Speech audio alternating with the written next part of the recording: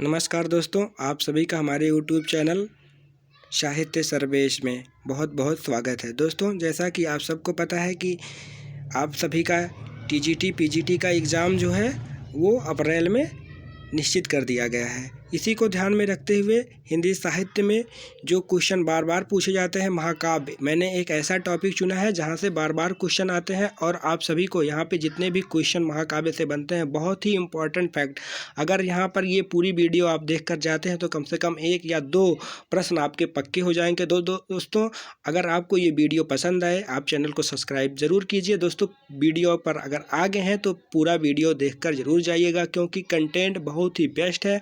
आपको यहाँ पर बहुत कुछ मिलने वाला है। तो चलिए दोस्तों, आपको एक बार हम दिखा दें कि जो कंटेंट हमने तैयार किया है क्या क्या उसमें है। अगर आप सब कुछ एक बार देखते हैं तो बहुत सारी चीज़ें आपकी यहाँ से क्लियर हो जाएंगी।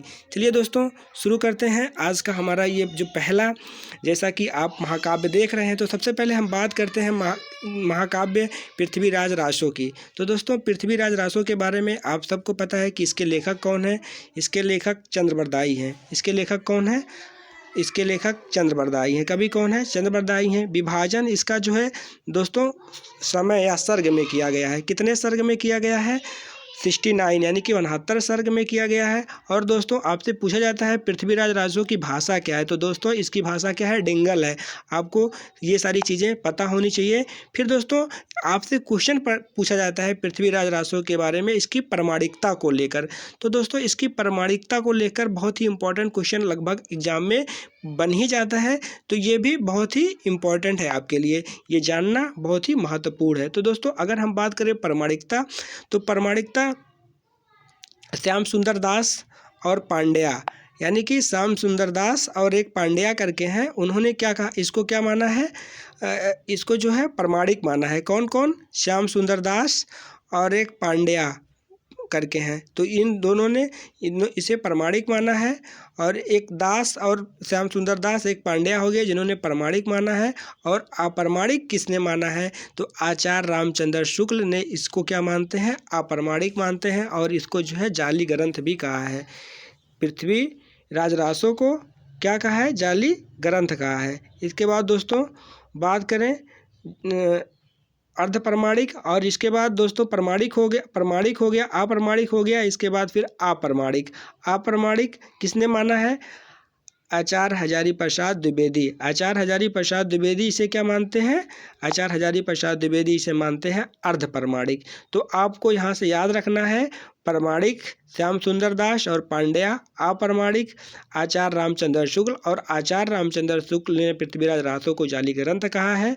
फिर दोस्तों अर्ध प्रमाणिक आचार्य हजार प्रसाद द्विवेदी ने कहा है, और इन्होंने इसको जो है सुखसुखी संवाद कहा है। क्या कहा है? सुखसुखी संवाद। और दोस्तों, पृथ्वीराज रासो के बारे में हमें ये पता होना चाहिए, हिंदी का प्रथम क्या है? महाकाव्य है। हिंदी का क्या है? प्रथम महाकाव्य है। इसके बाद दोस्तों प्रथम राजनीतिक महाकाव्य भी इसे कहा गया है। प्रथम राजनीतिक महाकाव्य किसने कहा है? बच्चन सिंह ने कहा है। तो दोस्तों, बहुत सारा कंटेंट एक ही वीडियो में आपको मिलने वाला है, और आप ये पूरा वीडियो ज़रूर देख कर जाइएगा, क्योंकि आपके एग्ज़ाम में यहाँ से क्वेश्चन ज़रूर बनेगा। फिर दोस्तों, अगर हम बात करें, इसको चंद्रबरदाई के पुत्र जलहर ने पूरा किया। ये भी पूछा जाता है कि जो है इसको पृथ्वीराज रासो को किसने पूरा किया था? तो चंद्रबरदाई के पुत्र जलहर ने इसको जो है क्या किया था? पूरा किया था। और कुल जो है इसमें छंद कितने हैं? तो कुल छंद है 68। और समय में बांटा गया है दोस्तों इसे, तो समय कितने समय में बांटा गया है? 69 में। और दोस्तों, इसको आपको पता होना चाहिए, इसको क्या कहा जाता है? छप्पे का अजायब घर कहा जाता है। क्या कहा जाता है? छप्पे का अजायब घर कहा जाता है। तो दोस्तों, पृथ्वीराज रासो से संबंधित जितने भी क्वेश्चन पूछे जाते हैं, सब पर हमने यहाँ पर चर्चा कर ली है। और आपको जो है एक एक चीज़ याद कर लेना है। फिर से एक बार देख लीजिए, कवि हो गए चंद्रबरदाई, पृथ्वीराज रासो के विभाजन किया गया है और 69 सर्गों में, और इसकी भाषा जो है डिंगल है।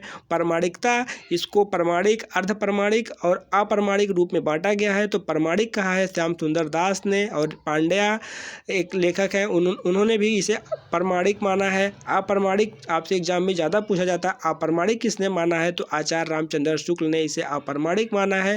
अप्रामाणिक ही नहीं माना है बल्कि इसे जाली ग्रंथ भी कहा है। पूरा का पूरा ग्रंथ जाली है। किसने कहा है? तो आचार्य रामचंद्र शुक्ल ने कहा है। और अर्ध प्रमाणिक मानने वाले जो लेखक हैं आचार्य हजारी प्रसाद द्विवेदी, और ये जो है सुख सुखी संवाद से संबंधित है। इसके बाद दोस्तों बात करें हिंदी का प्रथम महाकाव्य, इसे कहा जाता है पृथ्वीराज रासो को, और प्रथम राजनीतिक महाकाव्य बच्चन सिंह ने इसे कहा है। इसको चंद्रबरदाई के पुत्र जलधर ने पूरा किया है। कुल 68 छंदों में ये जो है सॉरी दोस्तों, कुल 68 छंद इसमें प्रयोग किया गया है। और जो छंद है वो कौन से हैं? 56 हैं। इसके बाद इसको पृथ्वीराज रासो को 56 का अजायब घर भी कहा जाता है। तो ये सारी चीज़ें आपको याद होनी चाहिए। और जितने भी आज पृथ्वीराज रासो पर हम बात किए हैं, आगे अगला जो महाकाव्य होगा उस पर बात करेंगे अगले वीडियो में। दोस्तों अगर ये वीडियो आपको पूरा पसंद आया हो तो आप चैनल को सब्सक्राइब जरूर कीजिए, और अभी जो इसका पार्ट बचा है उसको देखने के लिए अगले वीडियो में भी आपसे हम मुखातिब होंगे। ठीक है दोस्तों, नमस्कार, मिलते हैं नेक्स्ट वीडियो में।